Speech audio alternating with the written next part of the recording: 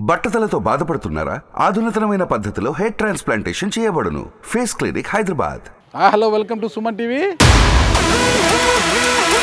ఆయన తండ్రి రాజకీయంగా ఓ అజానుబాహుడు, మాజీ ముఖ్యమంత్రి కుమారుడు.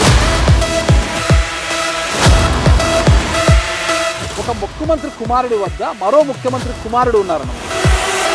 అంటే జగన్మోహన్ రెడ్డి గారు ఇలా ఇచ్చే స్థాయిలో ఉన్నారు, మీరు ఇలా తీసుకునే పరిస్థితిలో ఉన్నారు. ఈ ప్రత్యర్థి ఎవరు అసలు?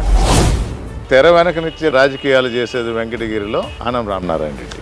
ఆత్మకూరు కంటే కూడా వెంకటగిరిలో అందులో మీ మీద పోటీ చేస్తే ఆనం రామనారాయణ రెడ్డి చాలా ఈజీగా గెలిచేస్తాడు. మరి ఎందుకు రాలేదు?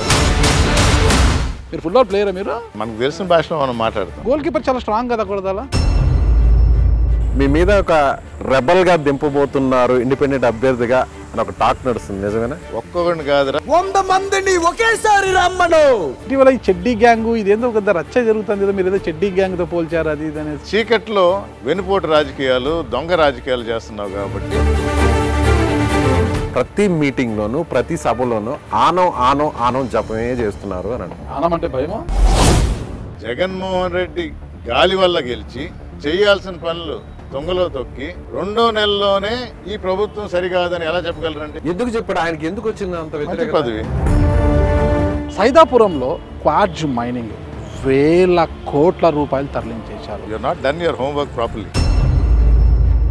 ఇప్పుడు యుద్ధం లోకల్కి నాన్ లోకల్కి మధ్య నడుస్తుంది అంటున్నారు. మీరు నాన్ లోకల్, అక్కడున్న కురుగొండ్ల కుమార్తె లోకల్ అంటున్నారు. దానికి మీ సమాధానం? నమ్మకం, నిబద్ధత, నిస్వార్థంగా పనిచేసేది నేదురుమల్లి కుటుంబం.